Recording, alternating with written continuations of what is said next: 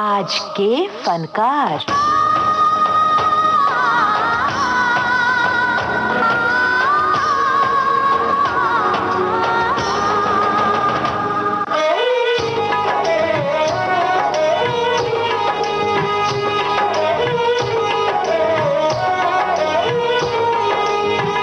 आज के फनकार कार्यक्रम में सभी सुनने वालों को यूनुस खान का नमस्कार।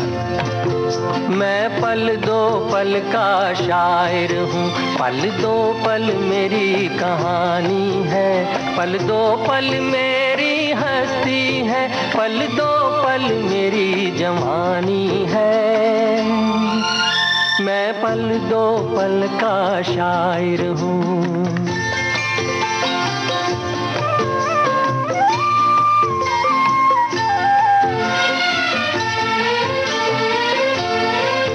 मुझसे पहले कितने शायर आए और आकर चले गए, कुछ आहें भर कर लौट गए, कुछ नगमे गा कर चले गए। वो भी एक पल का किस्सा थे, मैं भी एक पल का किस्सा हूँ। कल तुमसे जुदा हो जाऊंगा, गो आज तुम्हारा हिस्सा हूँ। मैं पल दो पल का शायर हूँ, पल दो पल मेरी कहानी है, पल दो पल मेरी हस्ती है, पल दो पल मेरी जवानी है। मैं पल दो पल का शायर। आप सोच रहे होंगे नमस्कार के साथ ही मैंने अर्ज किया कि मैं पल दो पल का शायर हूं, ये मामला क्या है? तो चलिए मामले को थोड़ा आगे और फलसफाई बना देते हैं। अनजाने छायों का राहों में डेरा है, अनदेखी बाहों ने हम सबको घेरा है। ये पल उजाला है, बाकी अंधेरा है, ये पल गवाना ना, ये पल ही तेरा है। जीने वाले सोच ले, यही वक्त है कर ले पूरी आरज़ू, आगे भी जाने न तू, पीछे भी जाने न तू। जो भी है बस यही एक पल है। भाई मामला क्या है? आज के फनकार कार्यक्रम में आज हम आखिर बात किस सिनेकार की कर रहे हैं? आज के फनकार कार्यक्रम में आज नमन जाने माने निर्माता निर्देशक यश राज चोपड़ा को। तेरी आंखों की नमकीन मस्तियां, तेरी हंसी की बेपरवाह गुस्ताखियां, तेरी जुल्फों की लहराती अंगड़ाइयां नहीं भूलूंगा मैं, जब तक है जान, जब तक है जान।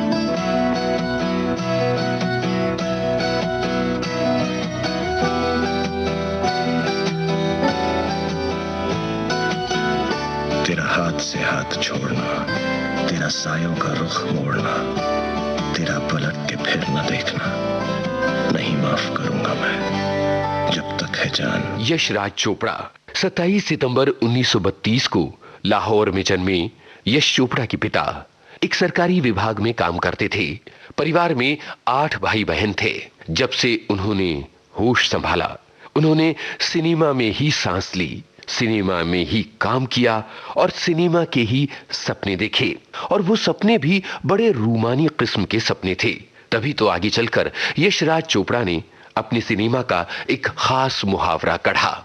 जब ये पता चलता था कि यश चोपड़ा की नई फिल्म आ रही है, लोग अंदाजा लगा लेते थे कि मोहब्बत का कोई रंग लेकर आ रही होगी यश चोपड़ा की फिल्म। हर तरफ हुस्न है, जवानी है, आज की रात क्या सुहानी है। रेशमी जिस्म, हाँ रेशमी जिस्म थरथराते हैं, मरमरी ख्वाब गुनगुनाते हैं। धड़कनों में सुरूर फैला है,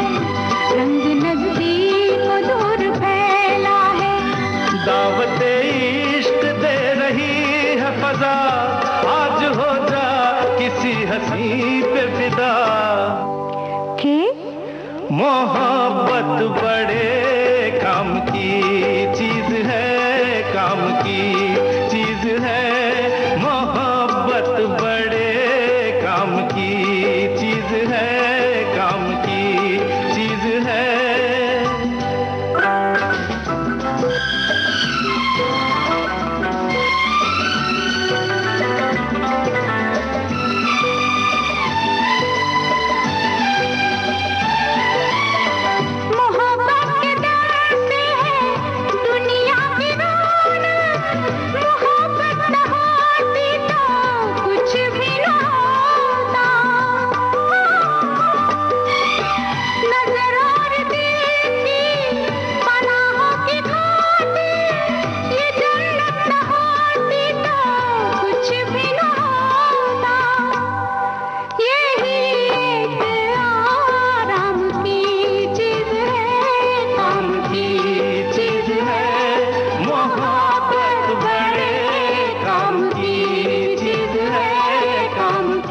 यश चोपड़ा ने बिल्कुल शुरुआत में ही ये समझ लिया था कि मोहब्बत सचमुच बड़े काम की चीज है, और ये नाम ही नाम की चीज नहीं बल्कि नाम और दाम की चीज है। तभी तो यश चोपड़ा ने सेल्यूलॉइड पर रूमानी सपनों को उतारा और कामयाबी की नई इबारत रची। लेकिन इसके लिए यश चोपड़ा को एक लंबा संघर्ष करना पड़ा, और यश चोपड़ा के बड़े भाई बलदेव राज चोपड़ा शुरुआती दौर में तो एक फिल्म पत्रकार थे, लेकिन धीरे धीरे उनका करियर फिल्म पत्रकारिता से फिल्मों में जा पहुंचा। वो फिल्मों की दुनिया के एक बड़े नाम बन गए। यश चोपड़ा पढ़ाई कर रहे थे और उन्होंने ये सोचा था कि वो इंजीनियरिंग करेंगे, लेकिन बीच में ही उन्हें लग गया सिनेमा का चस्का और वो आ पहुंचे अपने बड़े भाई बलदेव राज चोपड़ा के पास, समंदर किनारे बसे शहर मुंबई में। लिए सपने निगाहों में चला हूँ तेरी राहों में, लिए सपने निगाहों में चला हूँ तेरी राहों में। जिंदगी आ रहा हूँ मैं, जिंदगी आ रहा हूँ मैं। शुरुआती दौर में यश चोपड़ा जाने माने कॉमेडियन और निर्माता निर्देशक इंद्रसेन जौहर, जिन्हें आप IAS जौहर के नाम से जानते हैं, उनके असिस्टेंट रहे। इसके बाद अपने बड़े भाई के सानिध्य में उन्होंने सीखा सिनेमा रचने का गुर। सन 1959 आ गया और यश चोपड़ा को मिली उनकी पहली फिल्म धूल का फूल। इसे यश चोपड़ा के बड़े भाई BR चोपड़ा ने प्रोड्यूस किया था। माला सिन्हा, राजेंद्र कुमार और लीला चिटनीस के अभिनय वाली इस फिल्म का बड़ी सूझबूझ से निर्देशन किया यश चोपड़ा ने। तू हिंदू बनेगा न मुसलमान बनेगा, इंसान की औलाद है इंसान बनेगा।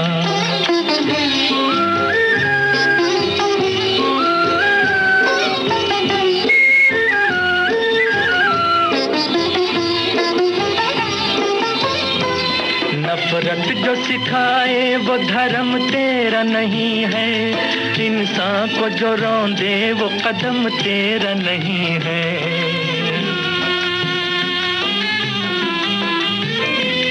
नफरत जो सिखाए वो धर्म तेरा नहीं है, इंसान को जो रौंदे वो कदम तेरा नहीं है। कुरान न हो जिसमें वो मंदिर नहीं तेरा, गीता न हो जिसमें वो हरम तेरा नहीं है। तू अमन का और सुलह का अरमान बनेगा, इंसान की औलाद है इंसान बनेगा। तू हिंदू बनेगा न मुसलमान बनेगा, इंसान की औलाद है इंसान बनेगा।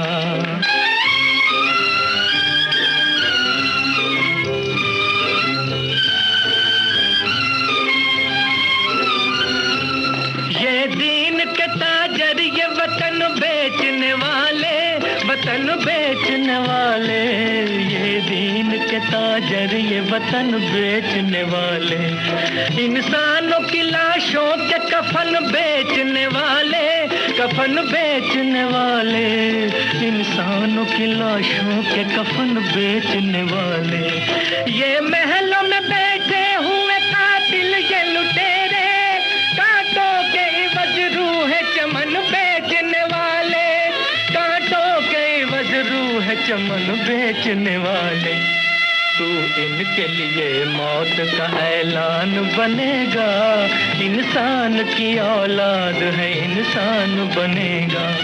तू हिंदू बनेगा न मुसलमान बनेगा, इंसान की औलाद है इंसान बनेगा।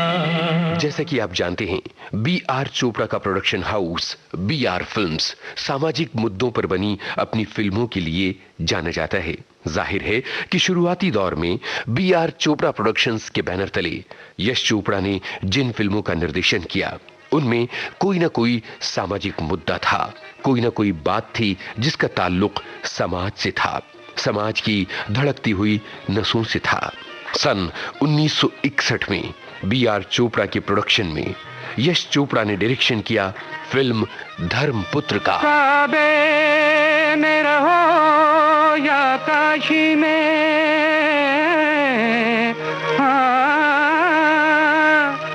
निस्बत तो उसी की जात से है। तुम राम कहो कि रहीम कहो, मतलब तो उसी की बात से है, मतलब तो उसी की बात से है। ये मस्जिद है वो बुत खाना, ये मस्जिद है वो बुत खाना। चाहे ये मानो चाहे वो मानो, चाहे ये मानो चाहे वो मानो, मानो ये मानो। साहिर लुधियानवी का लिखा ये गाना अपने आप जाहिर कर देता है कि फिल्म धर्मपुत्र का मुद्दा आखिर क्या था। फिल्म धर्मपुत्र को भारत सरकार ने हिंदी भाषा की सर्वश्रेष्ठ फिल्म का राष्ट्रीय पुरस्कार दिया। ये वो दौर था जब B.R. फिल्म्स के बैनर तले यश चोपड़ा एक के बाद एक कामयाब फिल्में बना रहे थे। सन 1965 यानी धर्मपुत्र के रिलीज होने के 4 साल बाद यश चोपड़ा लेकर आए अपनी एक अजीमुश्शान फिल्म, जिसके सितारे थे सुनील दत्त, राजकुमार, शशि कपूर, साधना, बलराज साहनी, मदनपुरी, शर्मिला टैगोर, अचला सचदेव और रहमान। ये फिल्म थी वक्त।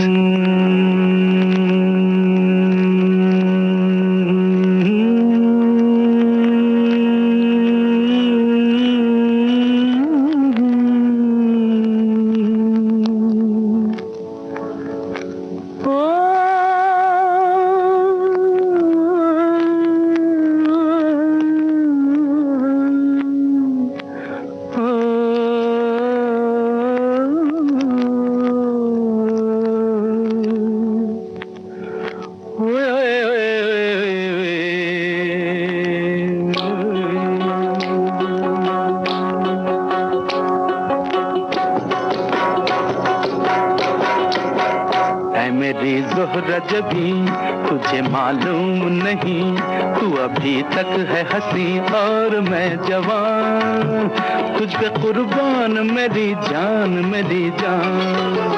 ऐ मेरी ज़ोहरा जबी तुझे मालूम नहीं, तू अभी तक है हंसी और मैं जवान, तुझ पे कुर्बान मेरी जान मेरी जान। अपनी बेहतरीन स्क्रिप्ट और शानदार डायरेक्शन के लिए फिल्म वक्त को आज भी एक कल्ट फिल्म माना जाता है। आप जितनी बार भी वक्त को देख लें, आपका मन नहीं भरता।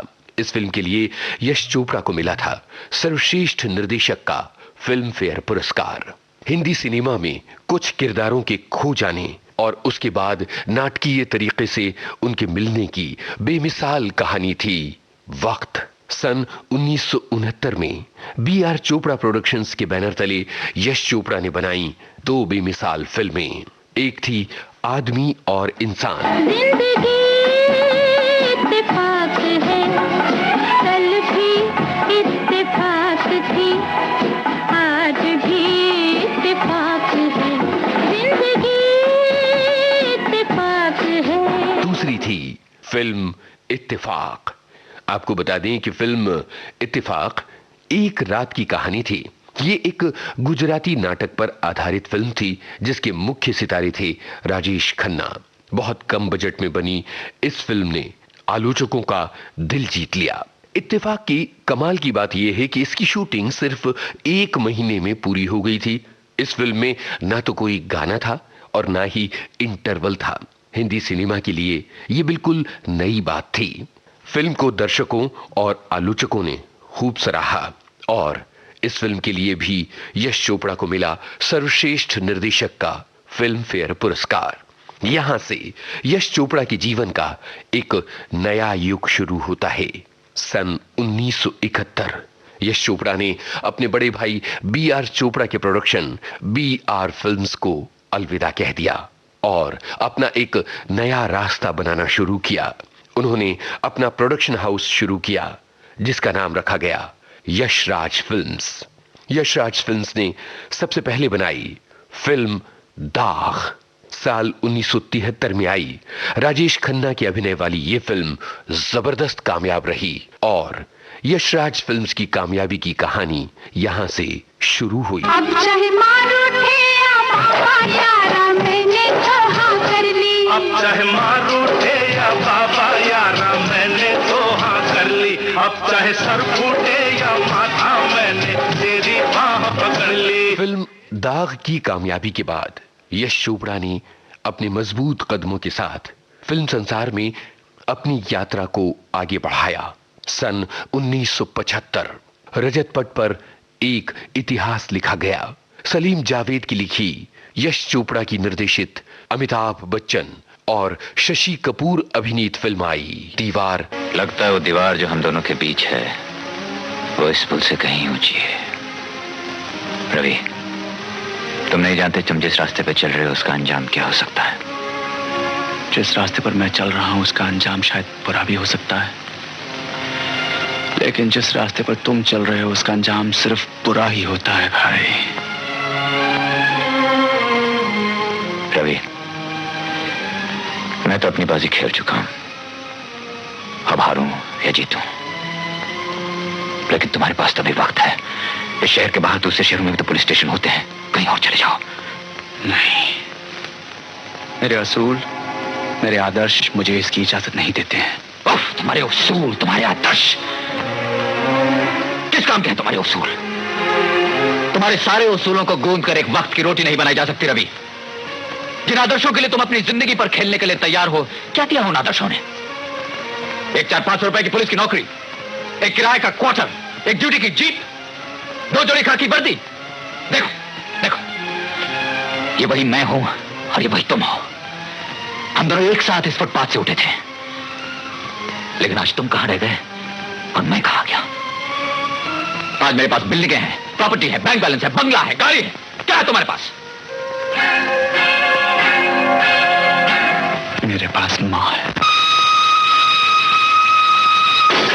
दीवार बेहद कामयाब रही। अपनी बेमिसाल स्क्रिप्ट और कसे हुए निर्देशन की वजह से फिल्म दीवार आज भी याद की जाती है। यश चोपड़ा की बेमिसाल फिल्मों का सिलसिला यहां रुका नहीं, बल्कि इसके अगले ही साल वो लेकर आए अपनी एक और लाजवाब फिल्म कभी कभी। ये यश चोपड़ा के करियर का सबसे सुनहरा दौर था। कभी कभी के 2 साल बाद ही उन्होंने गुलशन राय के लिए एक फिल्म का निर्देशन किया। अमिताभ बच्चन के अभिनय से सजी ये फिल्म थी त्रिशूल। यश चोपड़ा और अमिताभ बच्चन के साथ का सिलसिला जारी रहा। सन 1981 में आई फिल्म सिलसिला। ये रात है, ये तुम्हारी जुल्फें खुली हुई हैं, है चांदनी या तुम्हारी नजरों से मेरी रातें धुली हुई हैं। ये चांद है या तुम्हारा कंगन, सितारे हैं या तुम्हारा आंचल, हवा का झोंका है या तुम्हारे बदन की खुशबू। ये पत्तियों की है सरसराहट कि तुमने चुपके से कुछ कहा है।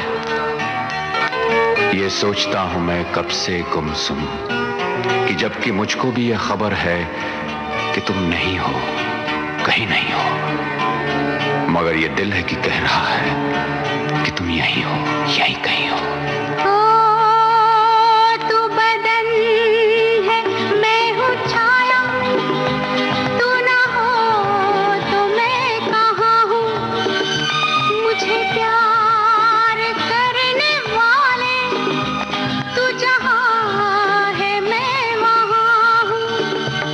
हमें मिलना ही था हमदम किसी राह भी निकलते, हो हमें मिलना ही था हमदम किसी राह भी निकलते।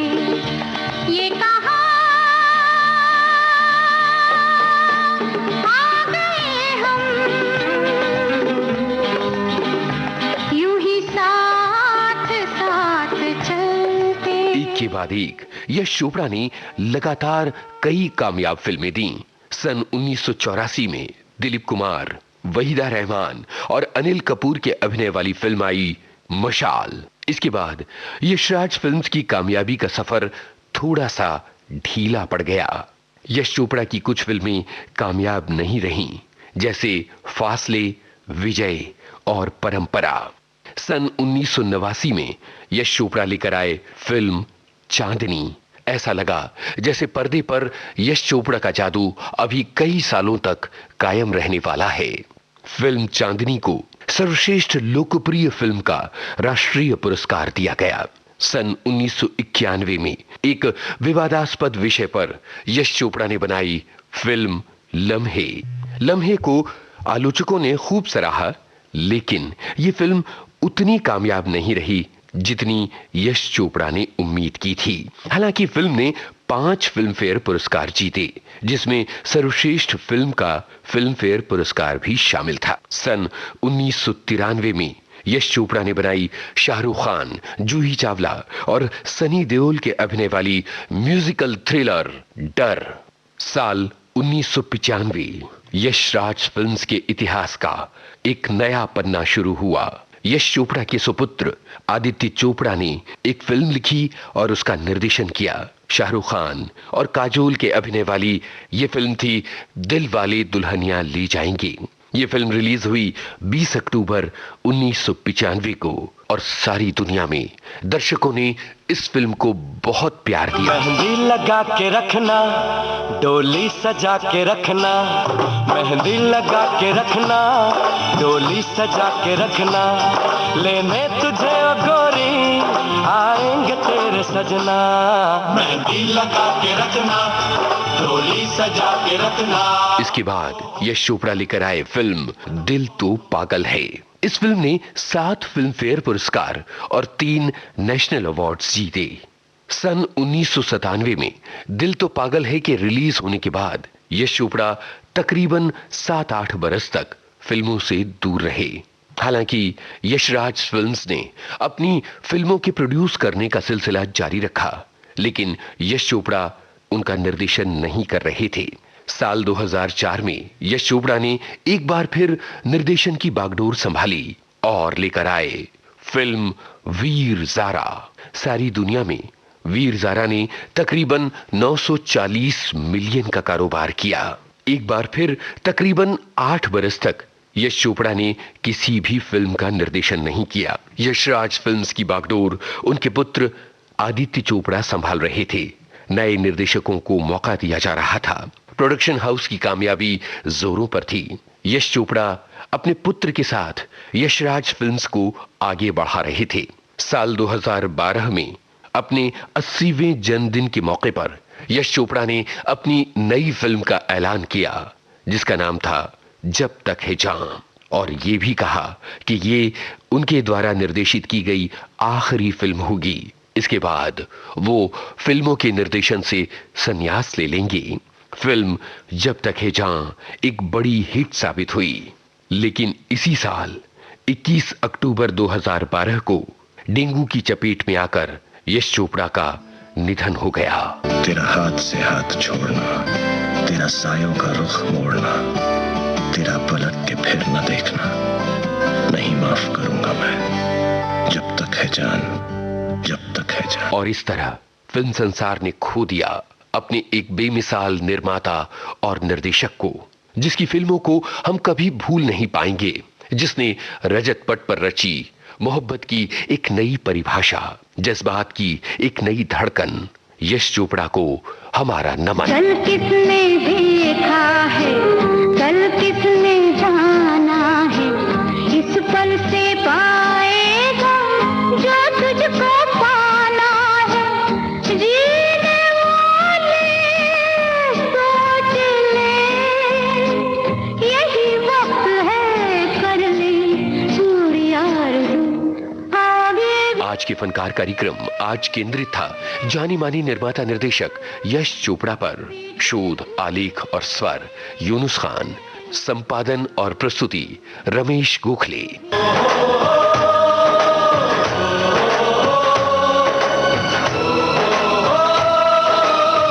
आज के फनकार।